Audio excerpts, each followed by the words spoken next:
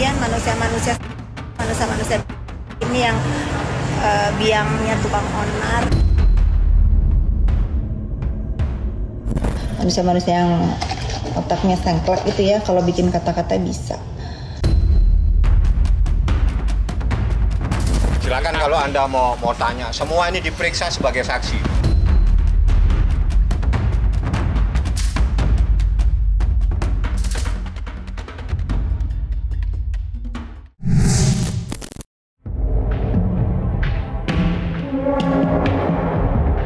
Kabar mengejutkan datang dari aktris Nikita Mirzani yang diduga secara diam-diam melaporkan seterunya, Fitri Sahuteru, belum lama ini. Kabar Nikita membuat laporan terhadap mantan sahabatnya itu dibenarkan langsung oleh Fitri sendiri. Melalui unggahannya, Fitri meminta laporan Nikita diterima dan diproses. Dengan begitu, dirinya bisa berhadapan langsung dengan Nikita. Fitri Sahuteru juga disebut-sebut akan melaporkan balik Nikita. Hal itu tampak dari tanggapannya atas laporan yang dibuat oleh Nikita. Kalau saya sampai bikin laporan polisi, tidak akan saya lepaskan. We will see. Cepat atau lambat, saya sendiri yang bakalan jeblosin lo. Tulis Fitri menanggapi laporan Nikita.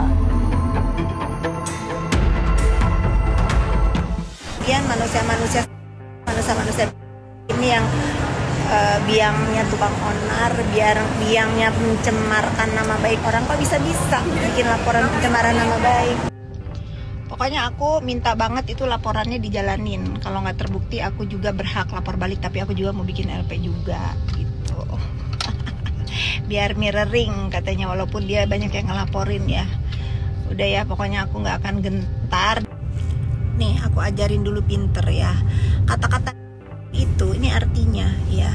Kalau misalnya orang selalu berkata-kata kasar di muka umum, selalu membuli orang di muka umum, itu itulah. Sekarang ada nggak orang yang merasa selalu mengatakan kata-kata yang kasar, kata-kata yang tidak beradab di muka umum? Nah, itu dulu. Duh. Lu main sama siapa sih? Lagian lu merasa banget. Hai. Lah kau so jago banget. Udah sampai gatel kepala aku ini. Kau tuh udah sadar diri ya, banyak masalah jangan bikin masalah. Aku tadi mau let go, sekarang tambah naik taring aku ya. Tunggu kau. Manusia-manusia yang otaknya sengklek itu ya, kalau bikin kata-kata bisa. Orang yang pernah dibantu sambil bersihin muka ya. Terakhirnya aku marah, ngamuk karena udah ketemu anak. Stop. Bisa kalau ngomong orang-orang yang nggak tahu diri itu orang-orang yang pernah dibantu. Iya, ada orang mati-matian menyelamatkan orang untuk lepas dari penjara. Ada yang mati-matian pengen menjarain, emang sok jago si A, si B, si C masuk penjara gara-gara dia pede banget kau. Pokoknya aku tidak akan membiarkan lagi kau memframing diri kau seolah-olah kau itu hebat, seolah-olah kau ditakuti. Gak ada ya. Kau bukan siapa-siapa. Kau rakyat pada umumnya seperti aku, seperti netizen plus 62. Dulu kawan, kini lawan. Itulah yang terjadi antara Nikita dan Fitri Sahuteru. Ya, keduanya belakangan ini terlibat perseteruan sengit hingga saling serang dan sindir satu sama lain di media sosial. Hubungan Nikita dan Fitri memang sedang renggang, bahkan pisah jalan dan saling menyalahkan satu sama lain. Nikita bahkan tak segan menuding Fitri kerap ikut campur dalam urusan keluarga. Nikita juga menyebut Fitri merupakan orang di balik sikap Loli yang keras dan membangkang. Alhasil, hubungan Nikita dan putrinya sempat memburuk. Lantas, seperti apa Fitri Sahuteru menanggapi tudingan Nikita tersebut?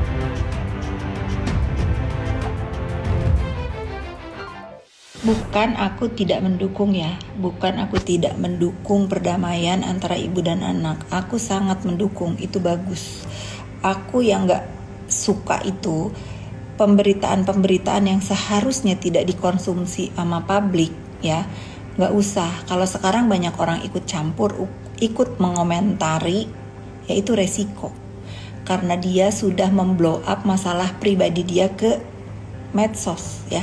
Termasuk saya kan dituduh-tuduh brainwash lah, ini itulah ini.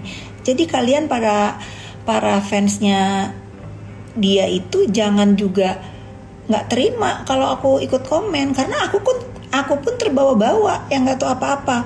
Jadi nggak ada istimewanya kalau dia ngurus, dia menempatkan di tempat yang baik, itu udah memang kewajiban. Kita itu tidak perlu terlalu banyak mencampuri urusan pribadi seseorang. Jadi saya tidak mungkin akan bertanya, kamu sudah bertemu dan sebagainya. Yang jelas kan saya cuma datang, saya lihat anaknya ketawa-ketawa, ngobrol panjang sama saya. Bukan hanya saya, ada beberapa orang. Kita santai kok, dalam keadaan santai. Bahkan kita makan rame-rame. Kalian penasaran kan? Pengen denger Laura sendiri yang ngomong kan? Bagaimana keadaan dia sekarang dan lain-lain. Kalian juga pengen tahu kan bagaimana pengakuan Laura nanti saat melakukan press conference secara terbuka. Nah, minggu depan ya. Minggu depan alhamdulillah Laura sudah tidak lagi di lingkungan syaitonir rojim. Dia sudah kembali normal. Kalau kenakalan remaja normal tidak ada masalah. Kemarin dia abnormal karena dikelilingi oleh manusia-manusia. Nanti dia akan menyebutkan sendiri siapa saja yang sudah mempengaruhi dia. Laura yang akan bicara sendiri dan apa saja yang sudah terjadi dalam hidupnya 1 tahun belakangan ini.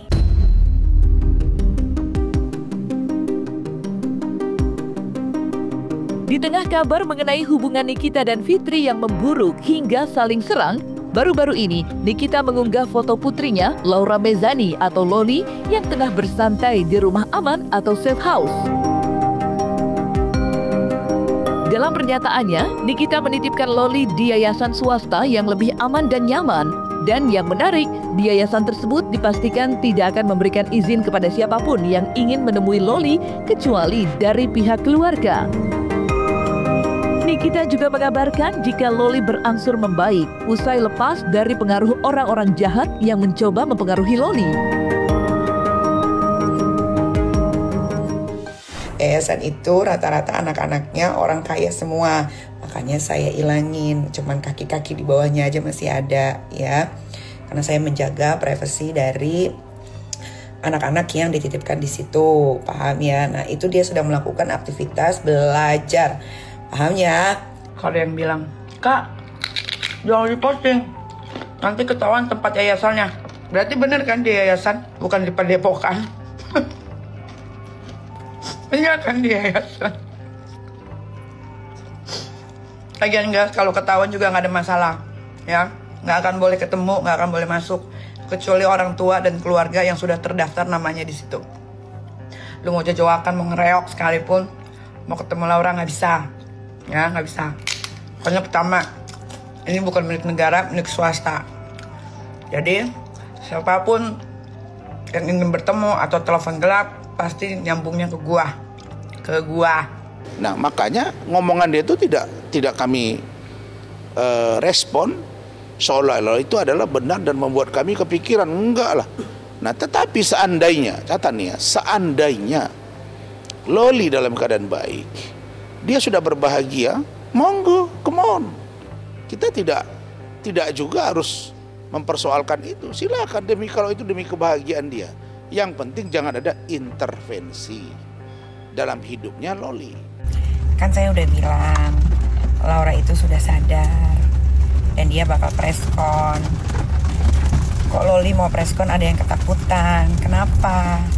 Kalau emang nggak ngapa-ngapain dan tidak mempengaruhi pikirannya Laura, ya nggak usah takut, santai. Laura nggak dalam tekanan kok sekarang. Dia bebas, pikiran dia sudah jernih. Dia sudah tahu mana yang salah dan benar. Jadi nggak usah takut. Kalau orang yang mau preskon ada yang ketakutan, kan lucu ya.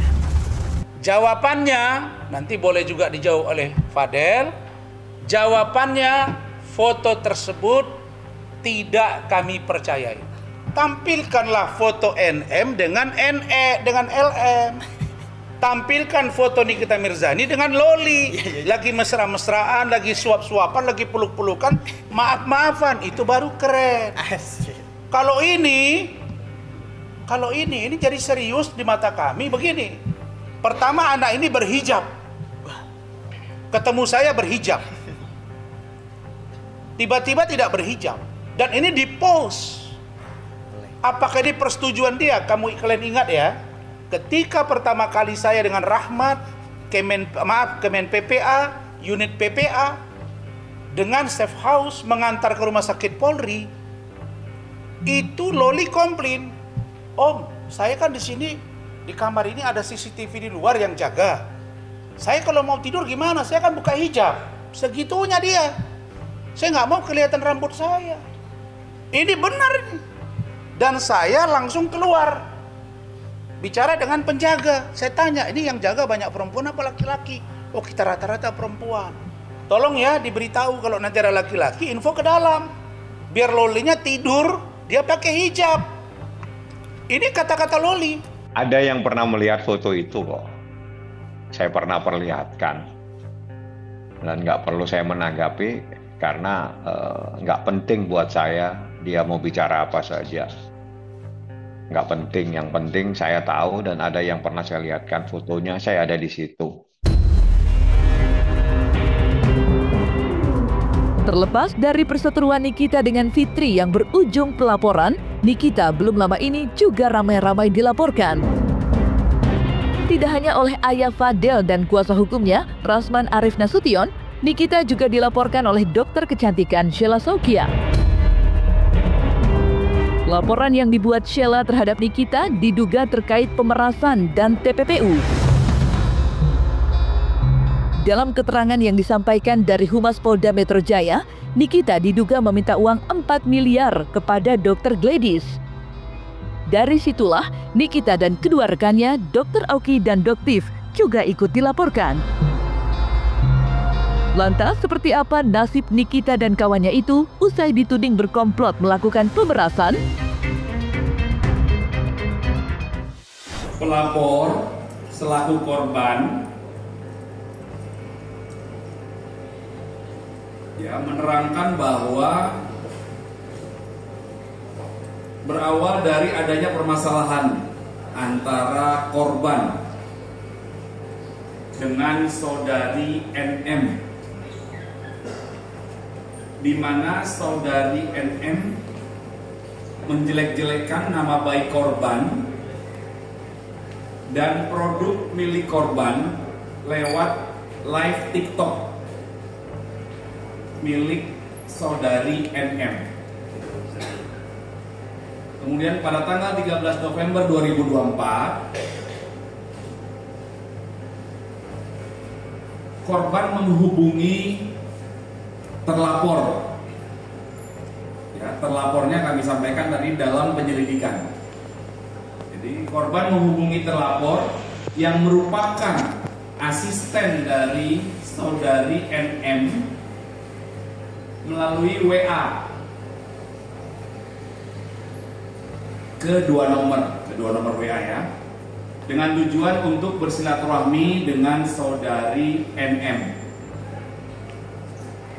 Kemudian korban mendapat respon yang disampaikan oleh terlapor. Ya, jadi respon dari terlapor adalah ancaman akan speak up ke media sosial bila silaturahmi tersebut tidak menghasilkan uang, dan terlapor meminta sejumlah uang sebesar 5 miliar rupiah.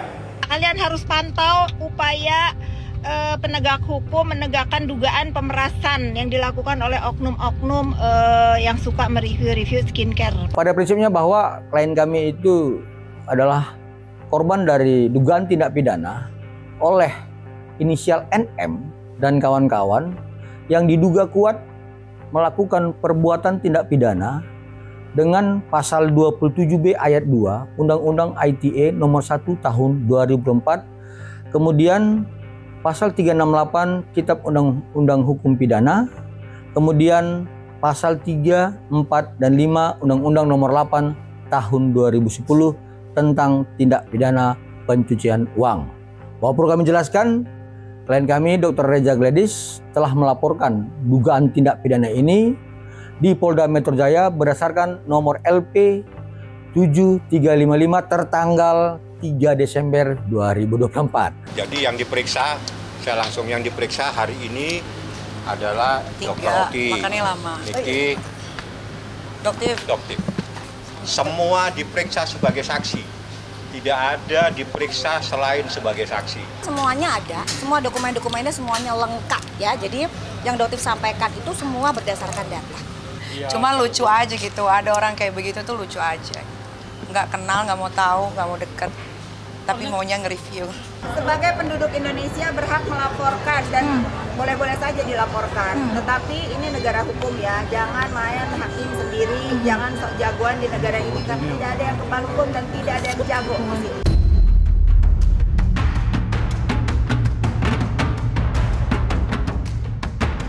Nah, selesai sudah Cumi Lovers. Saksikan terus Cumi Camp In Depth, kabar lengkap, mendalam, dan akurat dari narasumber terpercaya. Dan jangan lupa untuk like, subscribe, dan juga share channel YouTube Cumi Cumi.